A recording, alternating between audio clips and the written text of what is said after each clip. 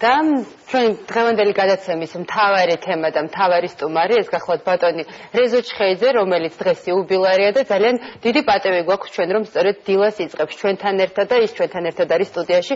მოგესალმებით ბატონო რეზო, აქვე წარმოგიდგენთ ჩვენ სტუმრებსაც ჩალვა კამლაძე, რომელიც ქუთაისის ახალგაზრდული საინიციატივო ჯგუფის ხელმძღვანელი გახლავთ და მას პენსიlt ხალბატონ ინეს დაავალიანს, რომელიც გახლავთ პროდიუსერი. ძალიან დიდი მადლობა ჩვენთან მობრძანებისთვის. რა თქმა უნდა, საჩუქრის გარეშე ვერ გაგიშვებთ ჩვენ დღეს სტუდიიდან და ბატონ რეზოს აუცილებლად უნდა გადავცეთ ყვავილების თაიგული და ასევე საჩუქარი სალონისაგან ფოკანი, რაც შეეხება ყვავილებს მოგვაწოდა ფიორი. და ეს არის ჩვენი დილის საჩუქრები, ალბათ მოგვაწოდა წმინდა გიორგის მედალიონი. ძალიან დიდი მადლობა. ძალიან გვიხარია რომ ჩვენთან ერთად ხართ დღეს სტუდიაში. განსაკუთრებით მნიშვნელოვანია წლევანდელი წელი ალბათ თქვენთვის, თქვენს წელს 50 წელი შესრულდა ჯარისკაცის მამის გადაღებიდან ფილმი, რომელიც დღემდე ძალიან აქტუალური, საყვარელი და გულის ამაჩუყებელია ნებისმიერისთვის, ვისაც თვალი მაინც მოუკრავს 1-2 კადრისთვის თუნდაც, თუმცა დარწმუნებული ვარ რომ ბევრმა ზეპირადაც იცის. თუმცა სანამ მივალ ჯარისკაცის მამამ და ბატონ რეზო მე მინდა ძალიან მოუკლედ, არ ვიცი ეს რამდენად შესაძლებელია, მაგრამ შევეხო ზოგადად თქვენს შემოქმედებას. საკითხს, რამაც როგორც ამბობთ თავად, განსაზღვრა სულიერება თქვენს შემოქმედებაში და ეს იყო სიკეთე და კეთილშობილება გამომდინარე იქიდან, რომ თქვენი პირადი ცხოვრებიდან, თქვენი პირადი ისტორიებიდან, რაც იწყება უკვე ბავშვობიდან. ეს ყოველ შემთხვევაში მინდა მივბაძო ჩემ გმირებს. რომელიც თქვენ შექმნილია. კი, მაგრამ ისეთი არა ვარ მე. კი, რა თქმა უნდა, გისმენთ. აგეთი საინტერესო მომენტია, რომ როდესაც ჯერ თბილისის თეატრალურ ინსტიტუტში ვსწავლობდით, მე და თენგიზ აბულაძე. ვინმე თენგიზ აბულაძე, როგორც ყვებით ხოლმე მასზე ისტორია. ვინმე თენგიზ აბულაძე, როგორც ყვებით ხოლმე მასზე ისტორია. ხო, და მაშინ ჩვენ გადავწყვეტეთ, იმიტომ კი არა, რომ ვინმეთი ვიყავით უკმაყოფილო. ჩვენ წასვლამდე სხვათა შორის მივწერეთ წერილი, ეს ძალიან მნიშვნელოვანი მომენტია, მსოფლიო კინემატოგრაფიის ერთ-ერთ მამას ეზენშტეინს. ეს წერილი მეც მაქვს სახლში და ეზენშტეინის მუზეუმი არსებობს მოსკოვში და იქაც არის. სადაც ჩვენ წერდით, რომ აი ეს ავარ მესამე კურსზე ვარ თბილისის თეატრალურ ინსტიტუტში სარეჟისორო ფაკულტეტზე, მაგრამ გვინდა კინო. ეს არის ომის დამთავრების წლებია. იქამდე კინემატოგრაფის გიგზე იყო ალმა-ატაში. ეს პირველი წელია, რომ ჩამოვიდნენ მოსკოვში. ხო და მივწერეთ, რომ ასე გვინდა ჩამოსვლა და გვინდა უყუროთ თქვენ როგორ იღებთ ფილმს და ამითი ესე იგი კინო შევისწავლოთ. არ გასულა 4-3 დღე, ზუსტად ვერ ვიტყვი ახლა. რომ კაცი როგორც მე გაირკვა ავათაც კი იყო საავადმყოფოში ინფარქტით იწვა. სახში მაქვს მე წერილი შენახული, რომ მოვიდა ძალიან ჭკვიანური, ძალიან ემოციური წერილი, რომელიც ასე თავდებოდა, ეს ხაციცი работа в кино, время ренессанса, ჩვენ ხომ ვიწეროთ თქვენთან მოვიდა ვისწავლა, ხო? Время Ренессанса, когда мастера обучали своих подмастерьев, давно ушло. Если хотите работать в кино, надо поступить в ВГИК. Ну, ჩვენ წავდექით და წავედით. მაგრამ უნდა გითხრათ, რომ ახლა რო ჩავედით მოსკოვში, მოდი გავახაროთ, მივიდეთ ეზენშტეინთან გავუხარდება. მე ვფიქრეთ, არ ჩათვალოს, რომ პროტექციას ვთხოვთ რაღაცას საგამოცდო კომისიის წინაშე. ხო და ვერ მივედით. მე გამოცემა ჩაიარა ყველაფერი შვენივრად მიურეს ინსტიტუტში და ვეღარ მივედით, აი ახლა ვფიქრობ, რა მოგვივიდა ისეთი რამდენჯერ შემხვედრია კიბეზე, მესამე სართულზე, მაგას უნდა მესამე კურსი ყავდა, ჩვენ პირველ კურსზე ვიყავით და რამდენჯერ ჩამოდიოდა, ხანადიოდა ძალიან დაკვირვებით დაგვაკვირდებოდა ფიქრობდა ესენი ხო არ არის ნეტარია ვერ გავბედით რომ ის იყო გასახიერება ჩვენთვის ღმერთის ვერ გავბედით დაგაპარაკეთ თქვენ წარმოიდგინეთ მე ერთხელ ლექციაზე შევედი კიდევაც მის ასისტენტს ვთხოვე და ორ ლექციას დავესწარი მაგრამ მე ვერ ვთხარი რომ მე ისა ვარ არა ის რაც მაგან იმ ორ ლექციაზე ილაპარაკა მე თელ ცხოვრებაში გამომადგა ძალიან მნიშვნელოვანი ამბები იყო ძალიან საინტერესო იყო თქვენი და ბატონი თენგიზის გაცნობის საკითხიც, იმიტომ ვთქვი წეღან ვინმე თენგიზ დაბოლაძე თქო, სწორედ ასე მოიხსენებდით თქვენს ჯერ კიდევ სკოლაში, როდესაც გამდით სპექტაკლს და გაიგეთ, რომ სწორედ ასეთი სახელის და გვარის ქვეშ კიდევ დგამენ დაძმას სხვა სკოლაში. სწორედ აქედან დაიწყო თქვენი ნაცნობობა. ხო. ესეც ძალიან უცნაური იყო. ეს იყო ომის დროს, გერმანიასთან ომის დროს და ადვილი გასაგებია, რატო დგამდა თენგიზი დაძმას პატრიოტული პიესაა და მე რატო დგამდი გიორგი სააკაძეს, ესეც პატრიოტული პიესაა. თუმცა ჩვენ ალბათ საკმაოდ მე ვფიქრობ, სასაცილოდ გამოიყურებოდით შახაბაზის როლი, შადიმე ბარათაშვილის, მე შადიმე ბარათაშვილს თამაშობდი მაგალითად. და ალბათ სასაცილო იყავით, მაგრამ ისე რომ დავდგით რა ცუდად განარიყვეთ ყოველზე, რომ ახლა ცოტა ტაშიც კი დავიკრა და ასე ვთქვათ, რაღაცნაირად კარგად მოიხსენიეს მე. ხო და აი ასე იყო ჩვენი პირველი დებიუტი. ესე იგი, ამ ნიადაგზე ჩვენ გავეცანით, რა თქმა უნდა, ქუჩაში და გადავწყვიტეთ ჯერ თეატრალურ ინსტიტუტში მოდი ვისწავლოთ. მაშინ ჯერ კინო მოსკოვში არ იყო, ომი იყო და შუა აზიაში იყო მეგანი და მე უკვე დავარტყით ფეხი და გავიქეცეთ მოსკოვში. ბატონ რეზო, ძალიან მნიშვნელოვანი იყო ის პერიოდი, როდესაც თქვენ მოგიწევთ ძალიან აქტიურად მუშაობა თქვენ ბატონ თენგიზსაც და სწორედ ამ ინტერვიუში, რაზეც თქვენ ბრძანეთ, რომ მოგისმენიო, ამბობთ, რომ ახალი ესთეტიკა შემოიტანა მაშინ იტალიურმა ფილმებმა. აი, ნეორეალიზმი.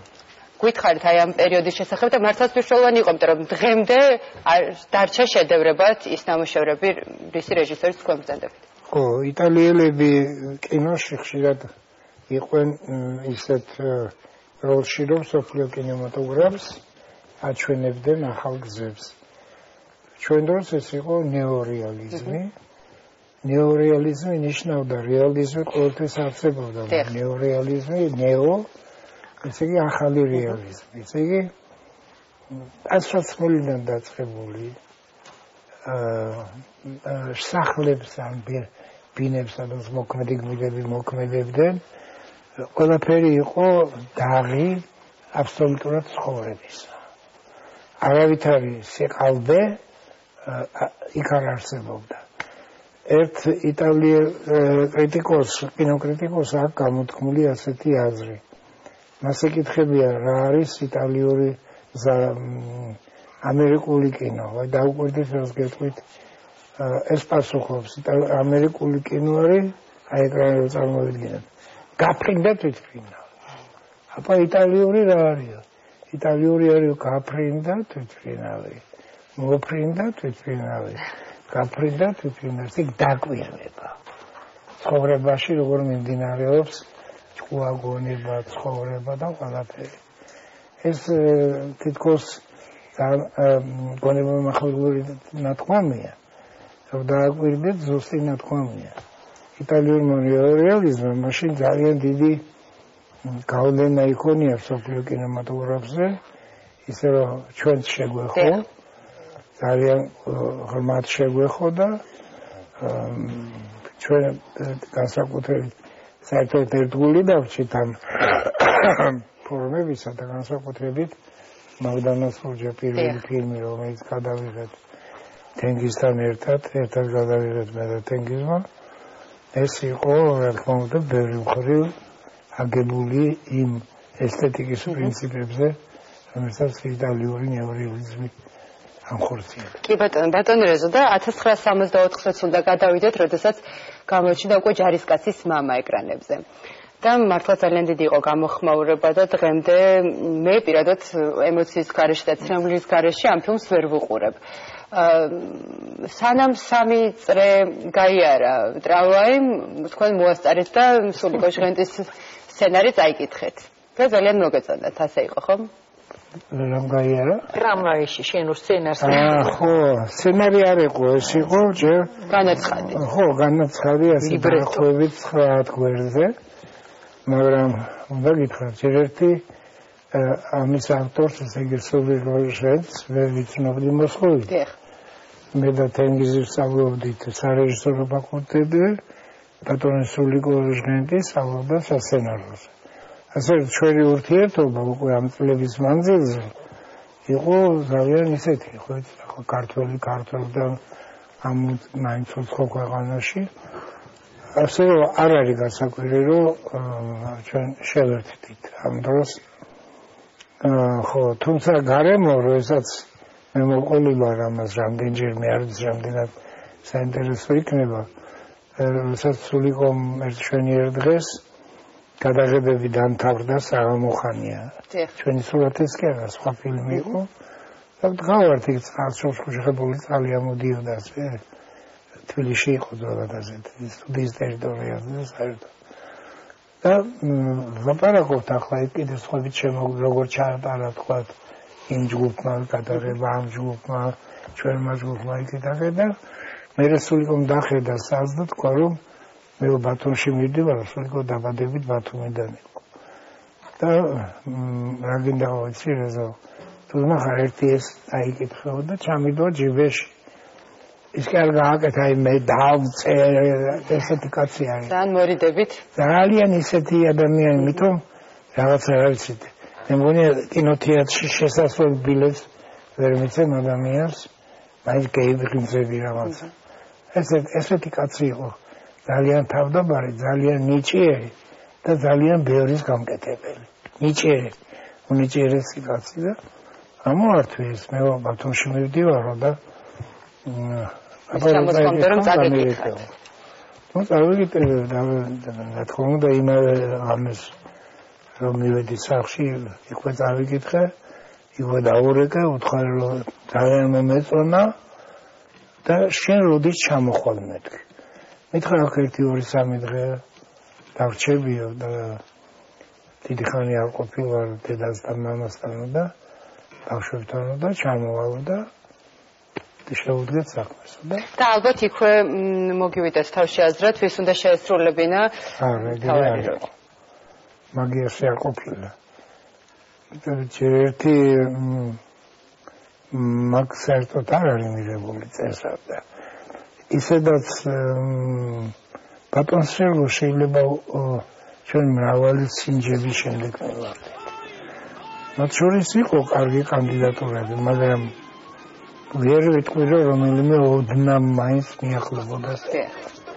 მაგრამ ბატონმა სერგომ ეს ძალიან იშვიათი პირობაა, რომ იყო გმირი, სულიერ მხარეს წარმოადგენდა და მეორე დროს არ გეშინოდეს რომ კომედიური ეპიზოდები ქონდეს. პირიქით ის კომედიური ხალხთან აახლოებს, მის განათესავს ხდის. ამას ბატონი სერგო აკეთებს. მე ვერ წარმოვიდგენია ვინმე ფილმს გაეკეთებინა და აი ამ უნიკალურ კადრებს მართლაც ნახავს რუსთაველის თეატრში კიდევ ერთხელ მაყურებელი ბატონო ინეზა თუ შეიძლება კიდევ ერთი რამე მინდა ბატონ სერგოს შესახებ. ეს იყო თავდადებული კაცი თავის პროფესიისათვის. არ არსებობდა იმ დროს როდესაც ის კინოსიებდა და ალბათ თეატრშიც ასე იყო, ასეა ცნობილი. ეს საქმე იყო მისთვის თავად. მაგალითად სადმე სხვაგან ვიყავით სასული და სასტუმროში ცხოვრობდით და დილას ადრე ქონდა გასვლა ქვემოთ ავტობუსი გვიწვი და რო ჩახვიდოდი ავტობუსში შოფერი არ იჯდა უკვე სერგო ტანსაცმელში ამ სამღერო ტანსაცმელში თავის ავტომატით უკვე იჯდა. აი ასეთი კაცი იყო. ერთხელ დაგვეკარგა ერთი სცენა თუ გავსო ტანკები მიდიან გამია ეკეთაკეთა. ბიჭო, ტანკებმა გავთავდა გადავიღეთ უკვე ეს სცენა და ტანკები წავიდნენ, ბიჭო სერგო არ ჩანს კაცო. რა საქმეა ტანკი მოდის და არ ერთი ამბავი ისადის რა მტვერიადის ქალაქში. სერგო არ ჩანს კაცო. იფრად რამდენად რაღაცა მოხდა უბედურობა ხوار გაიტანა ტანკი. ხო და გავიდა ერთ 9 საათი და ვა გათავდა გადაება კითხვა. თუ მე ბუჩქებში ვაფიქრე. დიდი საყვარელი ადამიანი. უნიჭიერესი მსახიობი. უნიჭიერესი პროფესიონალი.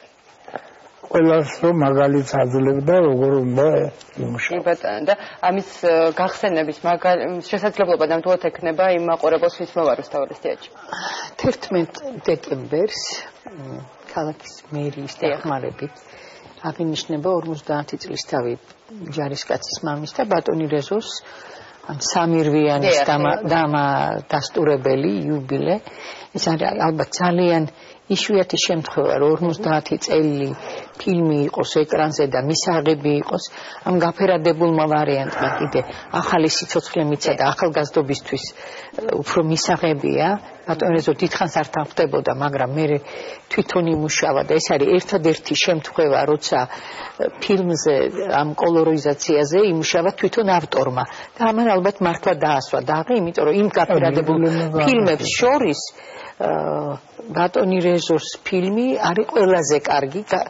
ეს გააკეთა ამერიკელებმა, მაგრამ შეთანხმება ყველა კადრზე ხდებოდა, როგორი ფერი რა, როგორი ჯილდო, როგორი ფერის და ასე შემდეგ.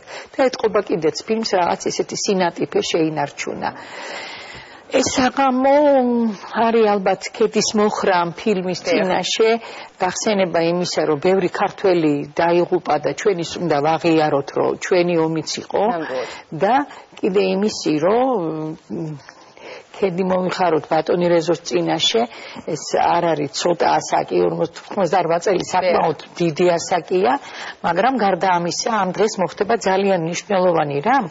აი კულტურის სამინისტროს მიერ ბატონი ბიძინას ინიციატივით სხვათა შორის იქნა შეძენილი სახლი ქუთაისში, საიდანაც ესენი იმავად სახსენებელ 37 წელს მამის დახვრეტის შემდეგ გამოასახლეს.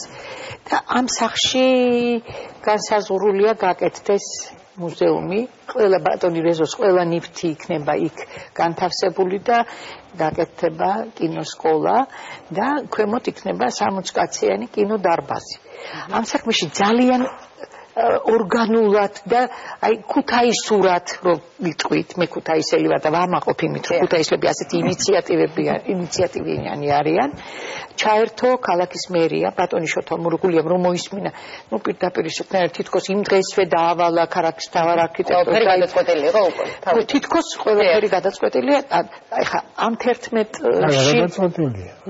11-ში მოხდება ამ სახლის გადაცემა ქუთაისზე და ალბათ აქ ჩვენ დიდი დახმარება აგვითქვა და ეკრანიდანაც ვთხოვ ინფრასტრუქტურის მინისტრმა, რომ ჩაერთვება ჩვენთან ამ საქმიანობაში და რომ ქალაქს ექნეს ერთი ძალიან კარგი ადგილი. გაიხსნება რეზო ჩხეიძის კინოკლუბი, იქნება ფილმების ჩვენება, მოიწვევთ შემსრულებლებს, იქნება გამოფენები, ნუ შემოქმედებით კოლექტივთან შეხვედრა. ჩვენ გვაქვს ძალიან კარგი ფილმოთეკა. მაგალითად მე არ მგონია ვინმე საქართველოში გქონდეს 126 ჩაპლინის ფილმი, რომელიც ბავშვები ნახავენ და ნახავს დიდებიც და იქ იქნება როგორ იცით, 2 სეანსი დღეში იქნება სკოლისა და სტუდენტებისათვის უფასო ჩვენება, ეს ალბათ და ძირითადად ქართული ფილმების. ეს ძალიან ბევრს მიცემს, იმიტომ რომ ქუთაისში საუბედუროთ ამ ამაშუკელის ქალაქში, სადაც პირველი აკვანი დაიწერა ქართული კინოსი, არ არის დარბაზი, ელემენტარულად ქალს კულტურა ბავშვს ვერ ექნება დარბაზში ჯდომის, თუ არ იქნა დარბაზი. სახში ინტერნეტში კი ძალიან კარგია, მაგრამ ფილმის შემდეგ რომ მსჯელობა იქნება და ბავშვები სხვანაირად აღიქვამენ ამას, ალბათ ეს უფრო რაღაცას სხვას მოგცემს და შედეგიც მალე დადგება. რა თქვენ ახსენეთ კინოსკოლას, ალბათ ბატონი შალვა უფრო მეც გვეტყვის მის შესახებ. მოგესალმებით, მართლაც მოვფიქრობ სიმბოლური არის, რომ დღეს 8 დეკემბერს საზოგადოებრივი მაუწყებლის პირდაპირ ეთერის საშუალებით სწორედ პირველებმა უნდა ვამცნობთ საზოგადოებას და მიულოცოთ ასევე დიდი ქართველი კინორეჟისორის ბატონი რეზო ჩხეიძის დაბადების დღე. ეს არ არის მართლაც ერთ-ერთი იუბილე, იმიტომ რომ სამირვიანის წელიწადი დღეს 8 დეკემბერს ბატონი რეზო ჩხეიძე გახდა 88 წლის. ამ სამირვიანს ალბათ მევფიქრობ მიმდინარე წლიდან გამომდინარე ახლავს 3 სიხარული, ეს არის ჯარისკაცის მამის გადაღებიდან 50 წელი. ეს არის ასევე ბატონი რეზოს კარგახნის სურვილი და ბავშვობის დროინდელი, ან ბავშვობის წლები იქაუს ატარებული ბატონი რეზოს და მამისეულის სახლი, ქუთაისში ამ სახლის დაბრუნება და მესამე კიდევ ეს არის მიმდინარე წელს უკვე გამოიცა და პრემიერა შედგა ქუთაისში კოტე ვერულაშვილის ნამდვილად წარმატებული ფილმის პრემიერა, რომელიც ბატონი რეზოს შემოქმედებასა და ბავშვობის წლებს ასახავს. რაც შეეხება ქუთაისში კინოსკოლას და ბატონი რეზო ჩხეიძის როგორც არა მარტო ქუთაისში საცხოვრებლად, არამედ სამოღვაწეოდ დაბრუნებას, იმიტომ რომ ქუთაისი არის ამ მოვლენის წინაშე მართლაც შემართებით, აი ბატონმა ინესამ აღნიშნა ქალაქის მერი ბატონი შოთა მურღულია და მე ვფიქრობ, ეს არის სიხარული, რომელსაც მიიღებს სამივე თაობა და იმაში ჩართული იქნება სრულიად ქუთაისი. ვინიც ის და დღეს ქუთაისში ისევ დააბიჯებენ შეუმჩნევლად თამაშუკელები, ჩხეიძეები, წუწუნავები და სწორედ აი ეს სკოლა, აი ეს სკოლა არა მარტო ქუთაისელ ახალგაზრდობას იმერეთს და ალბათ ვფიქრობთ დასავლეთ საქართველოსაც ნამდვილად შეუსებს ამ დანაკლის და ქუთაისელ საზოგადოებას და საერთოდ ქართულ საზოგადოებას ჩვენ ალბათ შეგვიძლია ნათლად მივცეთ პირობა იმისა, რომ ახალ გამარჯვებებს ჩვენ კინემატოგრაფიაში, იმიტომ რომ ქუთაისი სამწუხაროდ იცის, რომ ქართული კინოსაკვანია და საუბედუროდ მოწყვეტილი იყო რეალობას და მე ვფიქრობ ბატონი რეზო ჩხეიძის ქართულის კინოთეატრი არ მუშაობს. დიახ, ბატონი რეზო ჩხეიძის ქუთაისში დაბრუნება ეს იქნება ისტორიული სამართლიანობის აღდგენა და მე ულოცავ ქუთაისის ამ მოვლენას. ძალიან დიდი მადლობა ჩვენს ბატონი რეზო კიდევ ერთხელ გისურვებთ ჯანმრთელობას და თქვენი გეგმების შესრულებას. წინ ძალიან დიდი გეგმები გაქვთ. თქვენ გადაწყვეტეთ, რომ უხელმძღვანელო სწორედ ამ კინოსკოლას და მაყურებელს შევახსენებ, რომ ჩვენი სტუმრები იყვნენ ბატონი რეზო ჩხეიძე, რომელიც დღეს იუბილეარი გახლავთ და სწორედ ამიტომაც ულოცავთ და რა თქმა უნდა, მას განსაკუთრებული წარდგენა ნამდვილად ასჭირდება. ყველა კარგად იცნობს, ასევე მას პინძლოვდის ქალბატონი ინეს ზაავალიას, რომელიც პროდიუსერი გახლავთ და შალვა კამლაძე იყო ჩვენი სტუმარი, ქუთაისის ახალგაზრდული საინიციატივო ჯგუფის ხელმძღვანელი. ნახოთ რეკლამა, რამდენიმე წუთში ისევ ეთერში ვართ.